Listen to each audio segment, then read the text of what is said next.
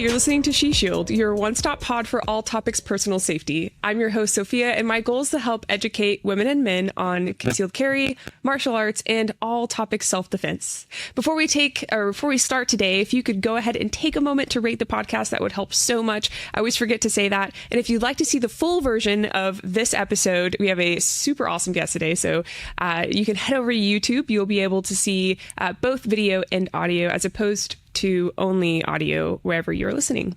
This episode is sponsored by Big Tex Ordnance, your soon-to-be favorite retailer for all of your firearms needs. BTO believes in only selling high-quality gear for responsibly armed citizens, as well as providing pre- and post-sale support. BTO values firearms training and supports firearms instructors nationwide. They even pay for their own staff to train with high-level instructors to ensure that when you as the consumer reach out, you are taken care of. Today, we have Scott Jedlinski of the Modern Samurai Project here for a take two. He was nice enough to come back on the episode because we lost the original file. So I'm so thankful for that. Hopefully, I can articulate some questions a little bit better today. But Scott, seriously, thank you so much for your time. I would love for you to introduce yourself to the listeners. My name's Scott Jedlinski. I am the owner and lead instructor of Modern Samurai Project. We focus on fundamentals and performance of the red dot pistol and the AIWB concealed position. Yeah. Wonderful. Yes, and you just got back from teaching at the Big Tex range, correct? Yep, I had 2 classes back to back, 2-day red dot and then a 3-day AIWB into red dot. Oh my gosh, what a great class. How did it go? Fantastic. Fantastic? Okay. Yeah. Nice. Yeah, everyone got that. Lovely. Okay, wonderful. Absolutely love the BTO range. And since, of course, they're a sponsor of the pod, I thought I would throw a little bit more out there about them. But it's in Conroe, Texas. For those of you listening, if you ever have a chance to visit that, it's wonderful. So I'd love to kick off the episode with a pretty general question. Of course, this podcast is intended for shooters at varying levels, everyone from the beginner to, law enforcement officers getting into competition shooting sports, right? Super committed people. So you specialize in instructing the use of red dot equipped pistols. What are the key advantages of using a red dot sight for both tactical professionals and civilian self-defense practitioners? There's really not a difference between the two end users, right? The advantages are it better facilitates you looking at the target, at the threat with both eyes open and getting more information, and more information's always better. Not that we didn't do amazing things with iron sights, but that's just not the way we see the 3 focal planes or, 2 focal planes or whatever. The 1 focal plane shooting is so that you can aim better, more situational awareness, all those other great things, whether it be self-defense, work, or competition. Wonderful. Absolutely. And when you say it's not how we normally see, would you be willing to give an example of kind of everyday life and how we see? Well, yeah, you're always focused on the target. When you drive, you are road focused, not windshield focused. When you open a door handle, right, you're handle focused, not hand focused. And unfortunately, with irons, the way they're set up, and they were a great solution for the time. I think it was taught a bit inefficiently, right, with that whole front sight focus, because that's not what we're made to. That's not how we're made to see. And people got really, really, really, really, really good at seeing the wrong way. On a side note, the dirty little secret in most competition shootings, those guys that shot iron sights at a very high level still shot target focus, right? But what they're learning is it wasn't truly target focus. It was more of a soft focus between the front sight and the target. Well, you have the dot that projects the dot onto the glass and out into space, into infinity, and you can truly be target focused. The problem is because those people that were taught front sight focus for so long, they've learned to see the wrong way, so that when they present, their draw's not efficient, right? Because they're looking at the sight and they can manage it on the way up or the way down or whatnot. And then, they get the dot and they're supposed to be target focused, but because they're looking at in front of their face, they become dot focused. And when you become dot focused, the actual target blurs and morphs and things of that nature, especially on small, difficult targets. So the transition basically for people that have shot irons for a long time to the dot is how to see the correct way, right? The way they do everything else, and how to do maybe a more efficient presentation. Because the one disadvantage that the dot has maybe over irons, that irons are always in your peripheral on the presentation, not where the dot is not, because it's in that enclosed in that housing, and it becomes much more your draw and your presentation and your transitions becomes much more precise. But when you learn how to master that, the performance benefits cannot be debated. Even though people try, right? It can't be debated. So, absolutely. And I mean, nowadays there are so many red dot options, from like the Holosun EPS to some of like the Romeo compact series. I mean, I feel like it's so easy to throw a red dot on your firearm, and stop buying small dots though. Yeah. Why? Okay. Yeah. So I mean, I'll ask you that. So I ask you. Ooh, please. Why would you ever want to buy a small red dot? Okay.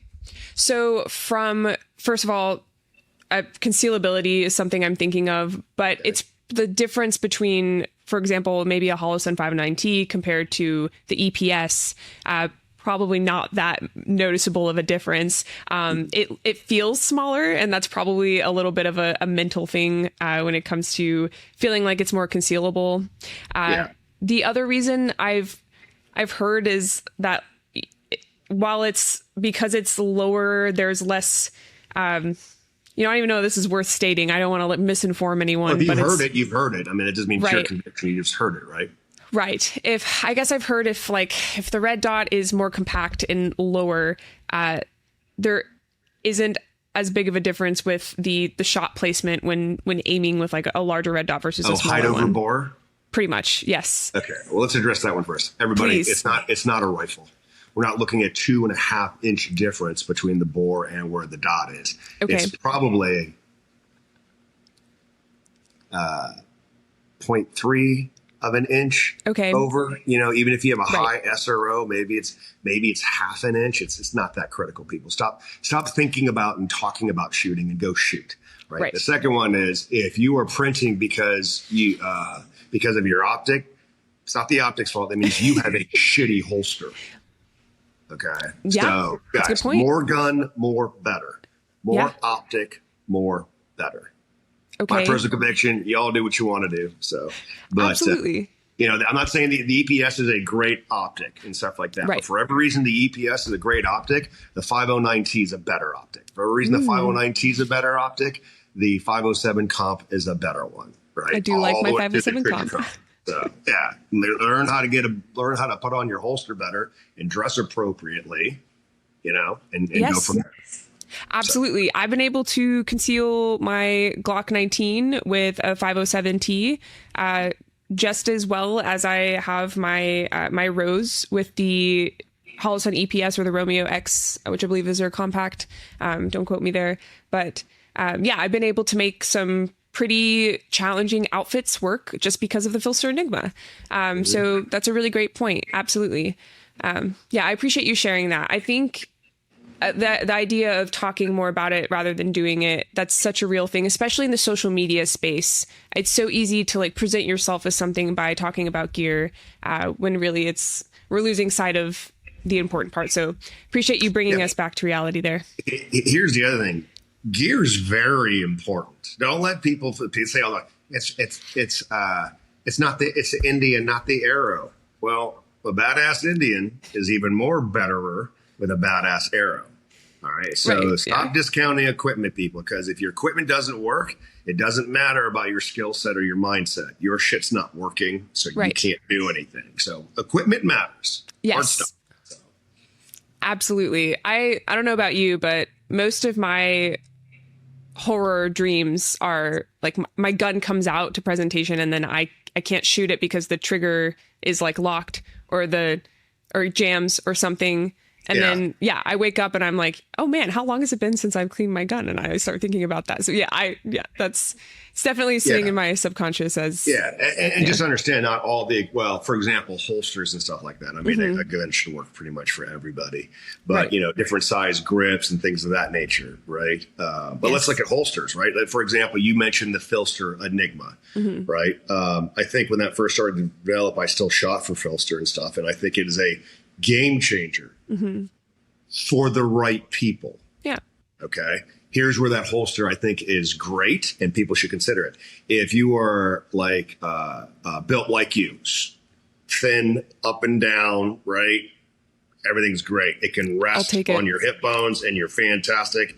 You can adjust everything. On a person like me, right, where I'm more round and stuff like that, and I've got, old man love handles. Actually, I don't have them anymore. I used to have them. But for example, on that type of person, the Enigma is not that great because it either has to sit below that person's love handles or above, right? So it's either too low or too high. Same piece of equipment, different advantages for different people. You know what I mean? Right. So this, just something to think about when you're thinking about equipment, but equipment matters. Absolutely. I'm just curious, have you tried working with like peaks and valleys, like shifting it over left or right? Has any of that helped or not really? With what? With the Enigma? Yes. Okay, so you got to understand. So here's the thing. The Enigma, great holster. I mean, I'll give you wrong. Great holster. But it focuses on concealment more than performance. Okay. I'm a performance guy. I understand. That makes total sense. Yeah. Okay. Now there's a balance between that. Okay. For example, if your gun is so low, you can't get it out when you need it. Nobody cares. Right. On the other hand, if it's sitting so high, it's basically the butt of a gun is on your sternum and you're printing all over the place. Well, that's rude. Right. So you have to have that balance. Right. However, anything that sacrifices performance, I'm not interested in. Does that make sense? That does make sense. That's not a great holster, but just the way it's structurally made with the elastic and stuff like that, the holster follows you when you draw for a good half inch to an inch, right? And that takes away from speed, right? Right. On the other hand, if you are a person, right, that likes to wear skirts a lot, non-belt clothing, and before you wouldn't carry a gun, and now because of this solution, you do carry a gun, that's why the Enigma is a game changer. That's why it's a game changer. But me, I never wear non-belted pants. You know what I mean? You can say skirt. It's okay. Yeah. Well, or skirt, man. Well, you know what I'm joking. I'm joking. When there's gym shorts and stuff like that. Yes, absolutely. I was totally joking. Yes. Right. Yeah. So that piece of equipment is not a solution for me in any way. Yeah. But I do see where it is for other people, and that's why it's great. You just got to think about it, right? One piece of equipment doesn't fit everybody. So, for example, my pro model from Tier 1, right, which is based, the retention is based on the light. If you have a 5'3", 120 pound woman who's very thin, my holster doesn't work for you. Because you don't have enough real estate to actually make that thing, hide that thing no matter what, right? So, again, different solutions for different people. So, absolutely. Yeah, and it is a bit of an expensive endeavor. For those that reach out, I definitely try to help them understand what it's good for. I know yesterday I had people in my house installing security equipment, and I don't know who they are, and I was wearing leggings because I was home, and so I had my Filster Enigma on. That was the most secure way to carry. To me, it's comfortable. So absolutely, I love that you brought that up, and I hope for those of you that have maybe been considering that as a concealment method, because I mentioned it a lot on this episode, I hope that was helpful. So thanks for sharing that. Yeah. Yep. I would love to pivot a bit. You've instructed elite units such as the Pentagon ERT, FBI National Tactical Training Unit, and SWAT teams across the country. What are some specific challenges these professionals face when it comes to integrating pistol-mounted optics, if any? So if we're talking about law enforcement in general, and the caveat is, guys, I'm staying in my lane. All I teach them is performance shooting. right? I don't teach tactics or anything like that, but sometimes these guys, they've had their fill of tactics. They just want to know how to shoot faster and more accurately, right? Especially with the dot. What are some of the challenges? The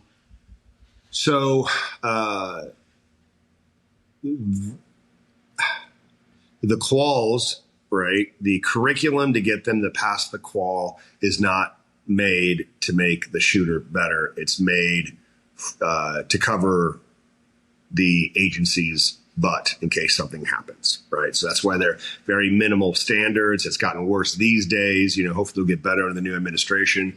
But before, there are plenty of new cops, and God bless you for choosing that profession and calling. But there's plenty of new cops that have never touched a gun or been punched in the face before, right? So they have some challenges there. And then when they go through the training program and the academy and things of that nature, their words, not mine. They do not have the skill set to do the job. You know what I mean? So then they go out and find other, instructors and stuff like that for either the tool or the skill set they need to reach that higher level. And it is changing, very much so changing. But, they follow a book, right? And it seems for a lot of the instructors, they're either trapped or they're have no interest in going beyond that book, right? And the problem is that book doesn't make the shooter better.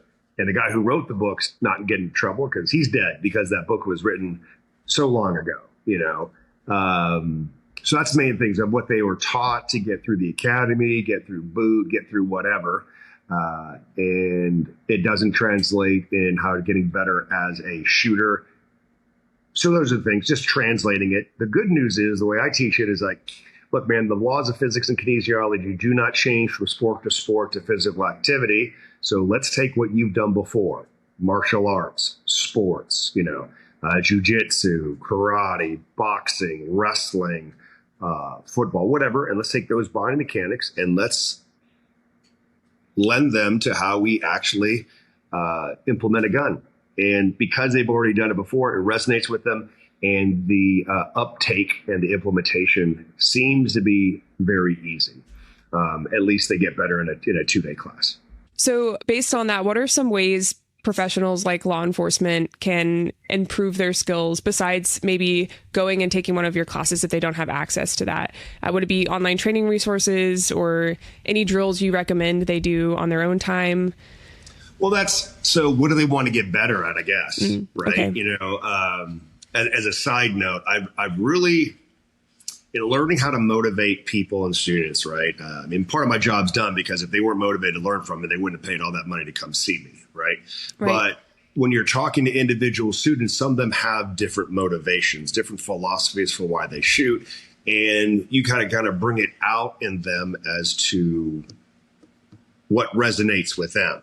And they may consciously not even know what resonates with them. So you got to look at their philosophy, right? So I have this whole kind of training regimen that I've brought in from my other experiences, whether it be business and martial arts and sports and stuff like that. And I think I've always integrated these, but now I've actually kind of, codified it, right? So when you're talking to a student, it doesn't matter who they are, civilian, professional, right? Military or law enforcement, competitor, whatever. What is your motivation, right? What is your philosophy? Why are you carrying a gun, right? And then when you get down to that motivation, right? For example, for a concealed carrier, right? The carriers conceal, they just want to protect themselves and their families. And I start teaching them an efficient draw from an ALS or a gamer rig, they're going to shut off, right? On the other hand, if I start talking about a military professional, right, or a law enforcement professional about going straight into about the rules of competition and why they should compete on top of their already busy schedule, they shut off, right? If I start talking to a competitor that may have asked me some advice on stuff and I start talking to them about, the benefits of a red dot for better situational awareness, they shut off, right? So you kind of understand what their philosophy is and why they're carrying a gun. And once you figure that out, then you can go into what's the principle of the breakdown of the thing that you're doing, right? When we carry a gun, we talk about concealment, or we talk about your tack rig or your competitive rig, where you carry, how you carry, what's optimal, all those other things. So what's the individual principle of what you're trying to do? Then what's the proper technique to implement that principle? And then you have to do the reps, right? You have to do the reps to rewrite what you used to do before. And it's not muscle memory. There's no such thing as muscle memory. Instead, I would offer that it's procedural memory. You have all these processes built in subconscious of how you do things. Now, if we have a newer, efficient way based on speed and accuracy of something, you eventually have to learn how to do the principle, the technique, and then the reps to burn that in. Thank you for that answer. So interesting. I would love to take this time to go ahead and pivot to martial arts. And as a lifelong martial artist with Brazilian Jiu-Jitsu brown belt, that was a terrible start. I'm going to do that again. Here we go. Three, two, one. Wonderful. Well, I would like to go ahead and pivot to martial arts. It's one of my favorite things to bring up, especially when we have someone who's so well-rounded on the podcast. So as a lifelong martial artist with a BJJ brown belt, how has your martial arts background influenced your approach to firearms training and self-defense, particularly in close quarters, if you don't mind? Yeah. So that's where a lot of people ask me, how was I different? How did I become so successful, even though technically I don't have a, face shooter resume, right? And it's because I finally realized that when I stopped treating shooting at least a pistol, well, really all guns, but a pistol, when I realized there's no difference between implementing that and the efficiencies of another sport or athletic event, I think my understanding and my implementation and my performance went through the roof, right? What is the study of jiu-jitsu? It's the study of efficiency and leverage. What's shooting a gun? It's the study of efficiency and leverage. That's it, right? So the understanding of what can absolutely overlap, what kind of doesn't overlap, and how to relate that into other sports and physical activities, I think is where a lot of students in my class start picking things up immediately. When they start learning it's no different, in the ring, on the mat, in the gym, on how you implement things and how you efficiently run a pistol. They start really picking up what you're putting down, and they relax because now it's like, oh my God, I don't have to learn a whole new bunch of physics rules just to do this gun. I fight with my left foot forward. Why do I got to stand with my feet next to each other? Right. So stuff like that. Yep. Stuff like that. Absolutely. Yeah. I've been asked that question in some of I've only taught, a handful of basic pistol classes, but women will ask me, do I need to stand side to side? And so I always ask them, like, how would you stand if someone was barreling towards you and trying to push you over?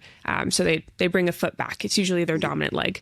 And I tell them, like, yeah, that's exactly how you would probably rear back to do some type of, force stopping kick, like a Spartan kick, a true front heel kick. And that's when the light bulb comes on and they realize they were overthinking it. So I really like that perspective. And I have my master's in exercise science, and I can say, like, all of our biomechanics chapters absolutely indicated that. Like, there's so many fundamentals throughout all sports that apply, and it's easy to overthink it, especially because a firearm is such an abnormal object to place into our hands and move around. That our body mechanics don't necessarily change because of that. So. Right, exactly. I mean, you can go into the minutia. For example, instead of if you're right-handed, right, instead of putting your right foot back, where's your weight going if you put your foot back? It's going back. Back. You're helping recoil. How about you put your left foot forward? Ooh, okay. And then you have that weight, right, unconsciously and structurally diminishing recoil, right?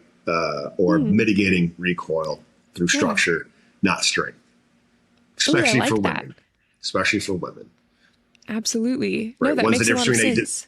One's a defensive, one's an offensive. Yes. Right. Yes. And what's the best defense?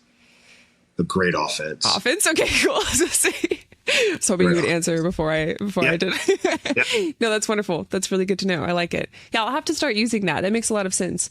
Yeah, very cool. Do you have any other tips like that you like to? 2 days of tips in my class. Ooh, I like it. Okay, cool. Yeah.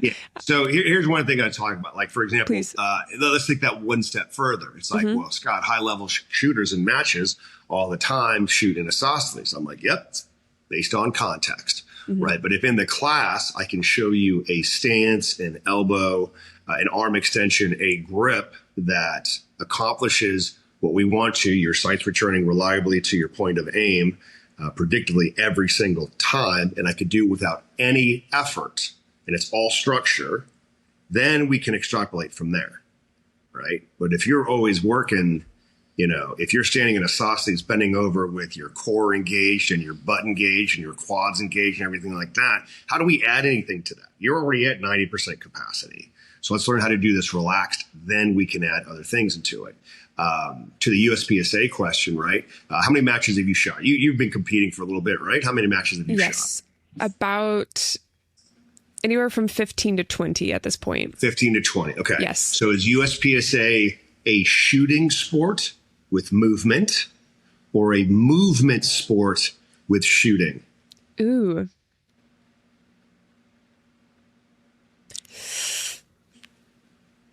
Okay, so let me frame the question again to you. Okay. Can you shoot all alphas? If you shoot all alphas, are you guaranteed to win? Oh, no. No. If you shot all Charlies, is it still possible for you to win? Absolutely. If you're moving fast enough? Yes. Okay. So what is more important then? Speed, movement, right? And it is what it is. That's why we love USPSA, because it's not boring, right? So and in USPSA, from the matches that you've shot, what is more common? Forward movement or lateral movement? I would say lateral.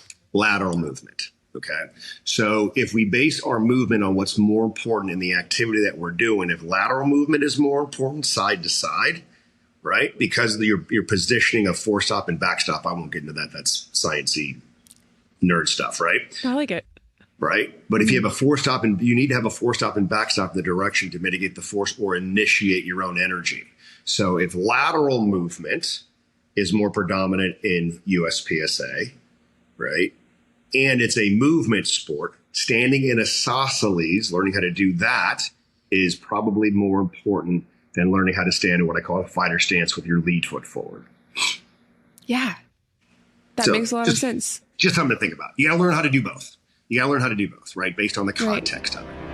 Are you searching for a brand you can trust when it comes to shooting and gun care products? Look no further than Birchwood Casey. Since 1948, serious shooters, avid collectors, and professional gunsmiths have relied on Birchwood Casey. They've been in the game for over 70 years, providing us with products that have stood the test of time. From their legendary True Oil gunstock finish to the dependable Perma Blue, Birchwood Casey's commitment to quality is unmatched. Birchwood Casey has also revolutionized the way we train and improve our shooting skills with their innovative Shoot NC targets. These targets let you see your shots instantly, making it easier than ever to track your progress and become a better marksman. Head over to birchwoodcasey.com today and discover the products that have earned the trust of shooters worldwide. And use code SheShield20 to save 20% on your order and to support the podcast. Again, that's SheShield20, SHESHIELD 20 at checkout. Happy shooting.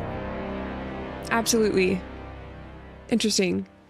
Could you, as someone who's more focused on self-defense and has used competition shooting as a way to just kind of grow a bit more exponentially rather than, slowly, would you say that it's possible to kind of adopt and maintain the right foot back or left foot forward stance, even though I'm focused on like also improving on lateral, diagonal, and vertical movements? Like, could you say because there's degrees of all that, right? I will, and do you need to? It is one thing, right? For example, the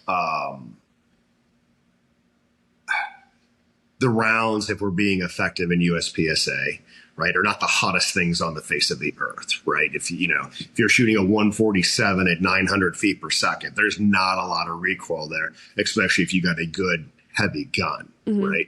So stance becomes less important when you're doing that, okay? Right. But if, however, you are a slighter person, you're a 5'4", 110-pound woman shooting Glock 19 with, Hornady HST, or no, I'm sorry, Hornady SST, Hornady 135 plus Ps. You're in a certain situation where you're standing and delivering, right? You probably want to know the best way to stand, right? To mitigate that force for that powerful, round, at least compared to you, to do that, right? But just like anything else, let's learn how to do this most efficiently. Then let's stack difficulty based on the application. So, absolutely. Yeah. So, sausage is not wrong, but it's also not the best thing in every situation. Just like the fighter stance lead foot forward is not the best in every situation. Because what if you can't step forward? Right. So learn how to do both and learn the reasons why you're doing both. I like that. Yeah. And I mentioned this when we recorded the first time, your YouTube video, the MSP 3-day path to performance, a lot of feedback your students gave was that you were able to give tailored advice based on like their body type and their shooting skills and everything. What's something over time, this isn't something we talked about last time, but what is something that has helped you as in your career, as you've progressed through teaching and you've adopted maybe different philosophies of teaching when it comes to the individuality of each person? Do you take the time to learn what each student is there for? And that helps you, or do you just kind of learn as the class goes? At the beginning of class, I always I ask everybody, what one thing do you want to, if you learned one thing in this class, that would make the class worth it for you. You would check that box, right? And everybody has different answers. With the red dot class, it's usually always the same thing, right? Consistent presentation of the gun to acquire the dot every single time, and to track and the recoil, right? You'll get some to be more accurate and things of that nature, right? You got to define what that means. From there, and some people say faster, and then ask what does faster mean, right? Do you mean more consistent? Oh, yes. Okay. No, I mean faster. Well, give me your time then. What do you want to be? I don't know what I want it to be. Then how do you know if you hit it or not? Right? What's your baseline right now? I don't know because I don't have a shot timer. Okay. So that's what this class is for. Acquisition of dot is fairly simple if you know what you're looking at, right? People can do 6 mistakes, right, to where they are not tracking the dot, and most of the answer is they're creating multiple moving axes, right? It should be your head's not moving, your arm's the only thing moving up to your eye, right? Or however you present. But people do all these weird things, so they think it's tactical, right? They'll bring their shoulder up, moving their eye line comes back. They'll move their head forward, so if the dot's coming up, they completely miss it, right? The whole tactical turtle thing where everything is moving. And they wonder they can't acquire the dot. When I simply show them how to stop moving in a proper presentation and how to flatten out the grip angle of the gun, usually by 12 o'clock the first day, people don't have problems with it. Then we can work on speed and efficiency after that, of getting that gun out of the holster and then acquiring a dot. So, yep, that's pretty much it. That's pretty much it. People ask for in the class. That's wonderful. Yes. And I intend to be one of those students. I remember when I was a tactical turtle myself, my big thing was the head dip. And this is from no instruction and honestly not doing my due diligence and researching a proper draw technique. I remember I sent Tessa. Well, how do you know it's a proper draw technique when they don't show you the target or the shot time? That's a good point. I like it. Yeah. I've been noticing that more and more, totally pivoting here, but the more I'm in this industry, the more I feel like I'm able to discern when people are just trying to show off versus show a skill and really just help the community. And I'm a good example. A lot of my videos are just kind of like showing my progression in USPSA, and it's just me and how I move. Like, it's just about like, I move differently now. I don't stand up as tall, even though I stand up pretty tall still. And, some of that's just my personal journey tracking. I'm not really trying to contribute much. And some videos I'm trying to, show a technique step by step. So that's something to definitely be aware of. Is that something you want to speak on anymore? I know it's always fun to kind of throw social media out in these episodes. And I think it's good to bring awareness to maybe some tendencies our community has when it comes to either misinformation all the way to maybe we're not determining our goals well enough before we're sharing. So that's the thing. I mean, I hate misinformation in this context as much as I hate misinformation in any context, right? Yeah. Because, what is misinformation? I hold this opinion to be true. You disagree with me, so yours is misinformation. You know what I mean? Yeah. I think what we got to learn is that there's several paths to get to this same thing, depending on time and things of that nature, right? I can argue with people all day long. For example, here's one thing, right? Going to classes don't matter. Technique doesn't matter. All you have to do is do the reps and proper drills, and then you will self-discover. Sure.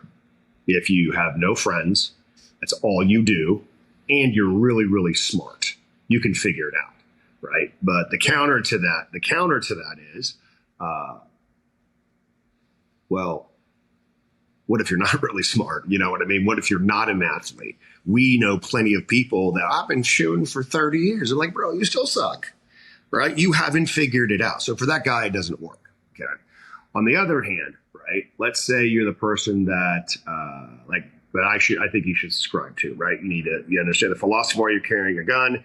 What are the technique or what are the principles you need to do for implementation of that gun? What are the techniques that go with each part of that process? And have you done the reps? That's how I feel. And then you go to a class to shortcut all that from somebody that has done it already, right?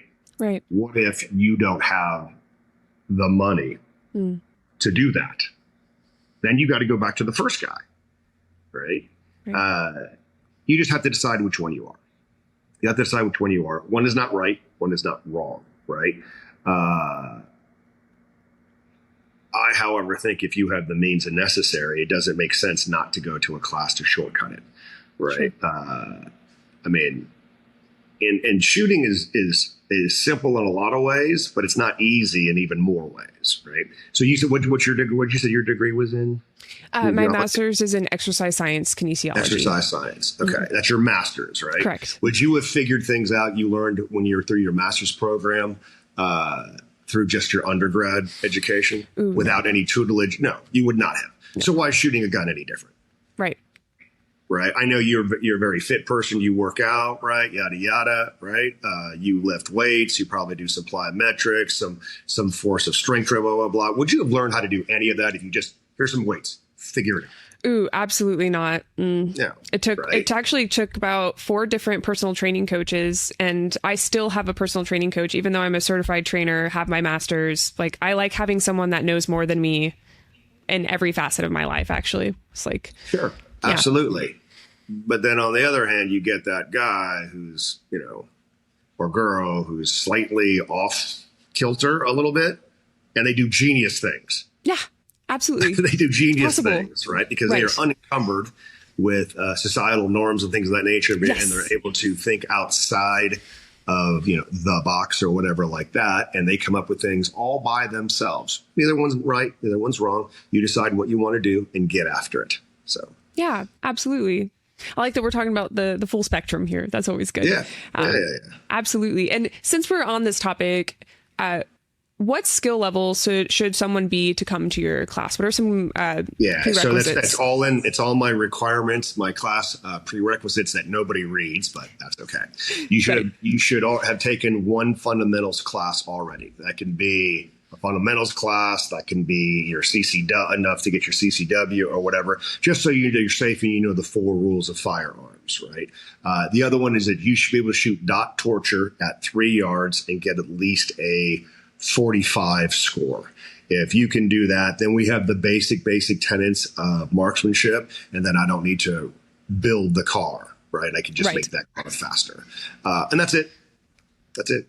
Absolutely. And yes, I will have your website linked in the show notes, which are the notes below the title of the podcast. So if you're listening and you're interested in taking a class with Scott, you can check out his website and actually read his prereqs. But I do like to ask that on the episode. I think it's worth just a mention. I think sometimes people listen to high level shooters like yourself speak and on social media, and they may think that they're just nowhere close to being able to train with you, when really you have, first of all, varying levels of classes, and also the ability to discern what each student needs. And that's my way to encourage people to take that leap and go ahead and sign up for that class. Other than that, I would tell you, just show up. You don't need to train for my class. Right? Okay. Like, what should I work on to get, like, are you coming to class? Are you trying to win the class? Because that's not a thing, right? You're coming to learn my methodology, pair it up with your experiences and skill sets, right? And see if we can't get demonstrably better based on the metrics of speed and accuracy.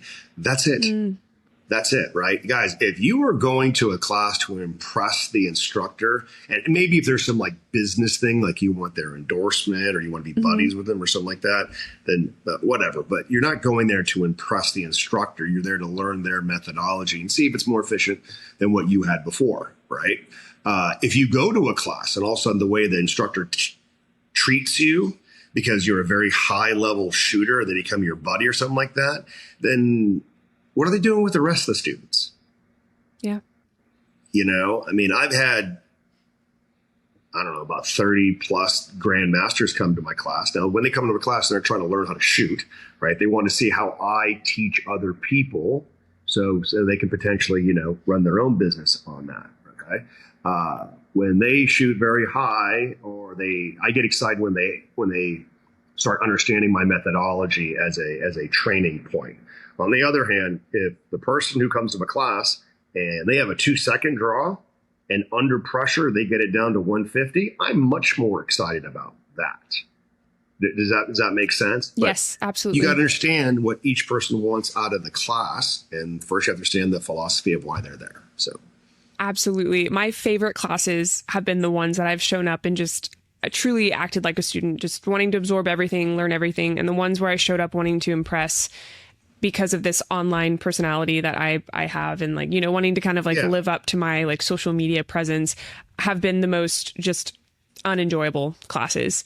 I think I felt like that a little bit at ECQC. I was so stressed at how I was shooting, and I later took it as a encouragement to just be more diligent with my firearms training. Like I neglected that a bit, and that class really brought that out. And so I wish I'd gone in originally with that, and I hope to go back and just next time have that goal to be a student. Now I'm a little closer to Craig in the professional world, so I might feel a little pressure there, which is normal. But of course, but I mean that's the thing. I mean, try being a brown belt or being friends with him for 10 years and then going to his class. Sorry, I got to plug this thing. Oh, that's okay. I'll just go to the ECQC that you go to, and then I know that he'll be focused on you, and then that way I can feel better. How does that sound? Good plan? Yeah. Yeah. Okay, cool. Well, just let me know when you're going, and I'll Yeah, I'm good. Okay, perfect. So I'd like to switch gears a bit. I mean, we've really been talking about competition shooting this whole time, in a way. You know, we've been talking about it as part of, you know, determining your goals. And of course, you teach performance mostly. So I'd love to know some key milestones in your training background to help you reach this level of skill. And also, I know we talked last episode that no one got to hear because your media didn't save, about your goals for 2025 and USPSA, and like basically from the beginning to this coming year, if you don't mind. All right. So I'll start how I got back into shooting. I mean, I've always owned a gun, but that doesn't mean I was a shooter, right?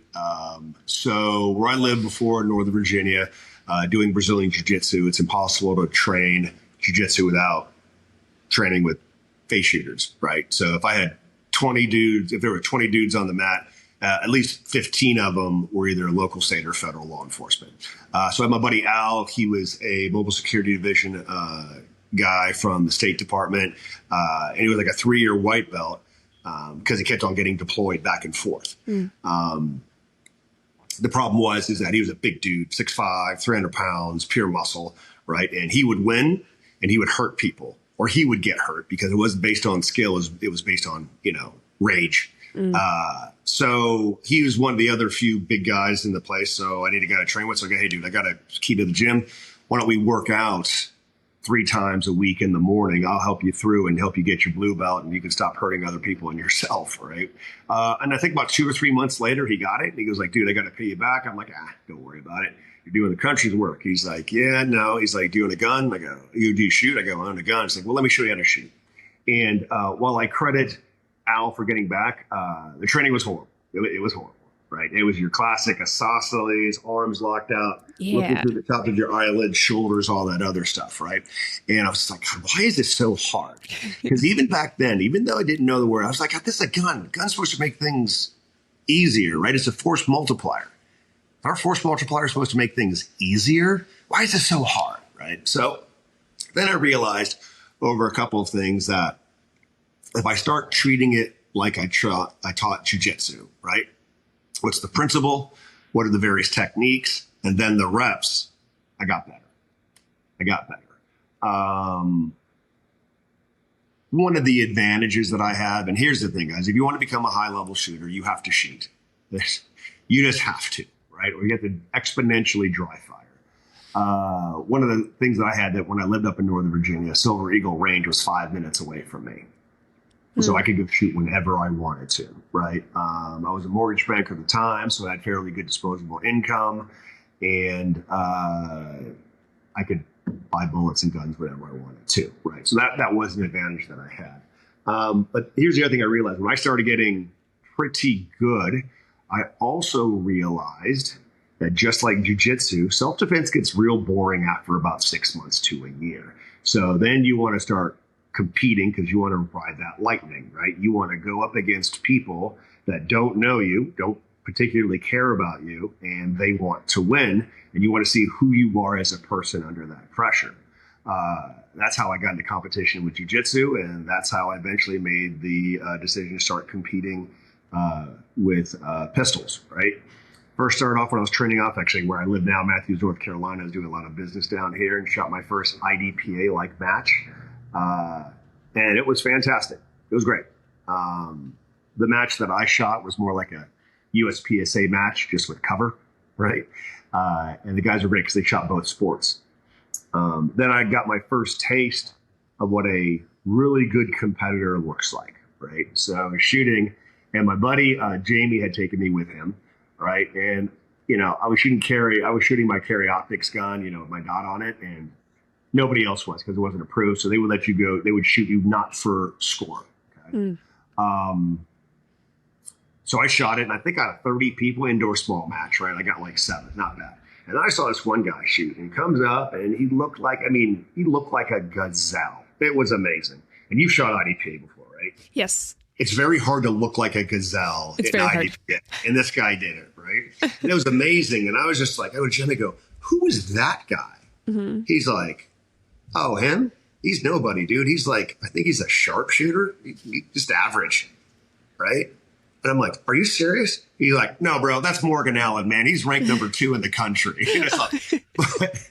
What competition did is that it opened up my eyes of what a person could actually do, moving and shooting and reloading, in a something that required dynamic, all that stuff be done dynamically.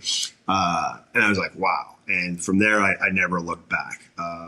I used to live in Northern Virginia. It was the Area 8, very vibrant competition setting, and just started competing in USPSA. Met some fantastic people. Clay Clem, Shannon Campbell, Dave Wampler, Kevin Garopst, Ron Francisco, Gary Tutreau, and guys who are just absolutely fantastic. And one of the reasons why they're fantastic is most of them are law enforcement, air marshals, law enforcement, Marines and stuff like that blended, right? The reason for shooting either work or self-defense and by getting better in competition, right? Working on those hard skills unencumbered by tacticalness and how those hard skills got better. Because the ultimate goal is for the shooting to be in the background. Okay. And then you can solve whatever problem you need to solve in front of you. Again, whether it's self-defense, competition, or work. But if the shooting's in the foreground, you have no time to worry about anything else, and it usually doesn't go well. So just competing like a madman, 3 to 6 times a month up there. Made masterclass in carry optics in 2018. And then the business took off. And open enrollment classes during the weekends, so our matches. So for a long time, I had shot a match in forever. Now I'm getting back to it. I lost a whole bunch of weight recently. My knees are better. I feel better, and I'm getting back to it and doing a lot of training. I've taken 6 classes this year from some high level dudes, mainly in the competition space, and it's just helped everything. So, oh, that's wonderful. Absolutely. When it comes to getting prepared to kind of jump back into maybe a more consistent competing routine, what has changed about your personal training? And actually, what does a average week look like for you when you're training as an individual shooter, if you don't mind? Well, that's tough because I travel so much. Right. Yes. So everything or just shooting? Let's do just shooting. And then if you would like to share kind of your fitness routine, whatever helps you kind of be more mobile and move faster, that would be wonderful. Yeah. So again, this is the advice I'll give everybody. You want to shoot less, become a firearms instructor. Right. So, yeah. Anyway, so how do I maintain mine? Right. On the road, right? Dry fire. It's in the morning, 100 draws. At lunch, it's 100 dry fire draws. At lunch, generally what I do to motivate myself is I pick either a drill or an exercise based on what I want to work on. Everything I'm doing now is movement. I focus on movement, right? A great drill out there, has anybody checked out Gateway Defense, his 3 standards, which are both static and moving standards. You do those. It's not only a very good workout, but it's a very good metric in transferring over from what you can do over to how it would be analyzed in competition, because it's based on hit factor scoring. Donovan Moore standards. Obviously, I do mine because that's how I make my money.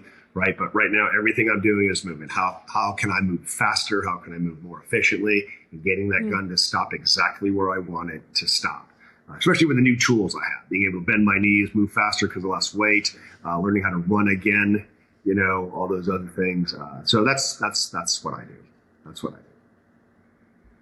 That's wonderful. And then on the jiu-jitsu side, I try and take my gi wherever I go and my no-gi shorts. Ooh. I know black belts in every area. I don't go to classes in other areas because no matter how nice the gym is, they all got to protect the flag, right? And it turns into ADCC overnight, or I'm sorry, over the next 10 minutes of you introing yourself. So now I just go to black belts and I get private lessons from them. And, ooh, I like that. Try to learn their game. Yep. Ooh, that's wonderful. Ooh, yes. That is such a good point. I've never even thought to mention this on the podcast. Taking your gear with you when you travel. I've been on the road and flying so much recently, and I was visiting someone on the West Coast, and I was able to jump into his police department, their jiu-jitsu class. I just kind of showed up and was like, hi, can I hop in here? And I had spats and a rash guard, and I had to borrow a gi. So that's next level. I need to actually take my gi with me. It's just so heavy, man. I'm already Get the Origin lightweight summer gi. Oh, okay. And then just 2 pounds. 2 pounds. Oh, that's a good point. And then my spats are pretty warm. I feel like that would just give me all the warmth I need. Oh my gosh, thank you so much. Okay, I'll have to do that, and I'll link them in the show notes as well. Yep. Yeah, super cool. Okay, nice. Because borrowing gis is sketchy. I really like to wash my own stuff, and anyway, but yes. So they were nice enough to let me hop in, and it was a super just well-controlled class. They're all law enforcement, so they want to be able to go to work the next day and not be injured. Yeah. Yeah, I was lucky enough to be able to do that. But what a cheat code. I love that. For anyone listening, I hope that was encouraging, especially if you're on a jiu-jitsu journey. And with jiu-jitsu, any goals for 2025? Is it just kind of go more often, or is it compete? Yeah, so I've been doing jiu-jitsu since 1996. I take long breaks in between, right? So right now I'm a 2-stripe brown belt. I've been a brown belt, I think, going on 2 years now or something like that. So would I like to get my black belt by the end of the year, which my professor has intimated might happen? Sure.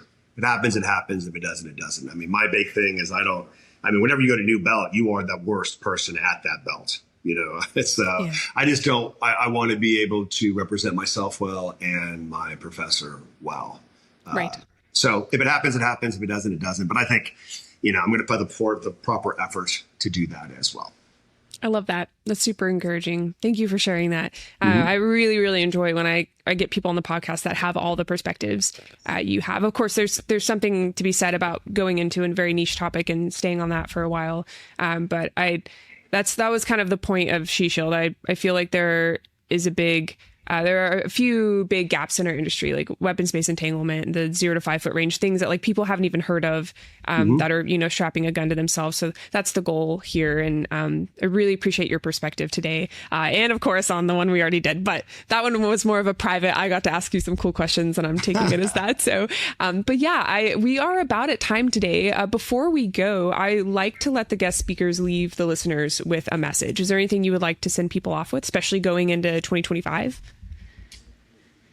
Yeah. So, since we're on this podcast and it's meant to motivate people to train to get better information and open awareness and stuff, I would just invite you to think about what I said before, right? As you go down this journey, understand why you are doing the journey, right? And it'll help you focus your attention, because we're all busy. We all have families. We all have jobs. We all have goals and aspirations. And, if you look at the firearms community or the self-reliant community, you have to learn how to shoot, right? You have to learn how to deploy and defend yourself against a knife. You have to do medical. You have to compete. You have to do jujitsu. And then there's boxing. And then there's all these other things. My God, where do you start? You start with your own motivation. That's where you start. There was a guy, what's his name? I'm going to go with Eric. Sorry, Eric. I know that's not your name, but he lives out in Little Rock, Arkansas, right? Very good shooter and stuff. And he made this post the other day that said, like, you need to bully your friends to go compete, right? You absolutely have to bully yourselves because they're not going to know how they react under pressure, right? And competition is the best way to do that. And I'm like, absolutely right. Also, though, here's the thing. If 99.999% of all physical engagements are with the hands and not with the gun, if you don't know how to throw hands, you might be wanting. Okay? So let's bully our friends to take wrestling, boxing, Muay Thai, and/or jujitsu. Right? And then learn how to complement the gun on top of that. So, because Wonderful. we all know if it's a hand problem, and you turn it into a gun problem, that's not going to work out for you. Right. It's not going to work out for you. So, absolutely. On the other hand, you have to train all the ranges. If you're that badass dude with the cauliflower ears and a broken nose and you can choke somebody out in 3 seconds, well, what if they got your kid and they're 15 yards away? Right. What you going to do? Right. So learn how to train all the ranges, right? And have respect for everyone else's philosophy, right? Somebody that only wants to do self-defense, that doesn't have time to do competition, right? That dude's not an idiot. If you really care about that person enough to muck them on the internet, how about you go learn what they can't learn and help them round out the edges so that they're better within their own philosophy, right? It's the same thing with, that competitor who gives 2 craps about tactics. When they're done with the match, they put their gun away and they don't touch it till they dry fire again. You yelling at that dude's not a real, American or man or whatever like that. That dude, he's going to cut you off. And we have further divide within this industry, this community, if you want to call it a community, right? So understand what the person's philosophy is. If you can help them, help them. If you can't help them, then ignore them and move on with your own stuff. So. Ooh, I love that. I think that was most positive and a little pessimistic as well. I apologize, but I thought that was great. It was a perfect balance. I think the kick in the butt and then like the pat on the shoulder, it was perfect. It was really good. Yeah. I've always wanted to just tell some of my friends that I'm taking them to dinner and then we go to jiu-jitsu instead. That's been something that I've wanted to do, but I don't know that they go to dinner with me if I did that. So then I might lose a friend. I'm just kidding. But I have dragged quite a few friends to jiu-jitsu and they may not stick around. Like some to matches. You drove some to matches. You drove some to the range and stuff like that, right? Yes. Because you care about them. You know what I mean? Absolutely. Right. The problem is that I think, especially all the noise, the signal noise ratio that we get on the internet is because people are telling other people what to do, but they don't care about that other person. Right. So, yes. yeah. So yeah. Exactly. Figure out why you're doing this. If you can help other people, help them. If you don't care about them, then stop lecturing them. I love it.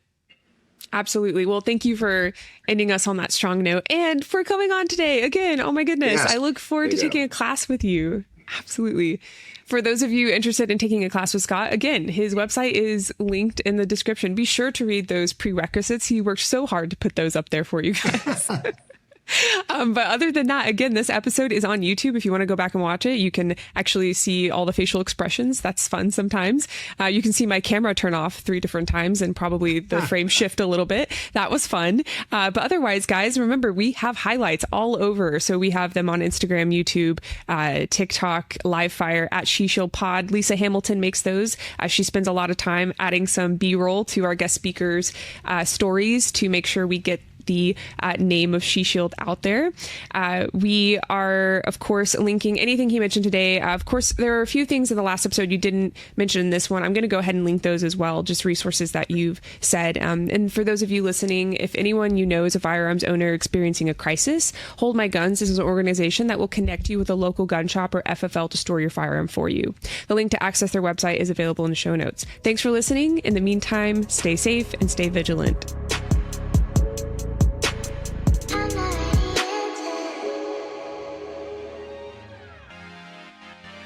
Attention all knife enthusiasts. Today's episode is sponsored by the one and only Cold Steel Knives. For over 3 decades, Cold Steel has been leading the way in the knife industry, dedicated to creating the world's strongest and sharpest blades. They've pioneered countless innovations that have become industry hallmarks of quality and sophistication. From their revolutionary checked Kraton handles to the iconic Tonto point blade systems, Cold Steel's progressive accomplishments have set new standards in the field. Their trademark triad locking mechanism remains unrivaled by any of their competitors, proving its unbeatable performance time and time again. Their impressive lineup goes beyond just knives. They offer swords, tomahawks, machetes, cutlery, and a wide range of tools for everyday carry. Trusted by military, law enforcement, emergency services, self-defense professionals, and martial arts practitioners, Cold Steel is renowned for quality, strength, reliability, and dependability. Where strength, safety, and performance come together for over 3 decades and counting. Use code SheShield20, that's SHESHIELD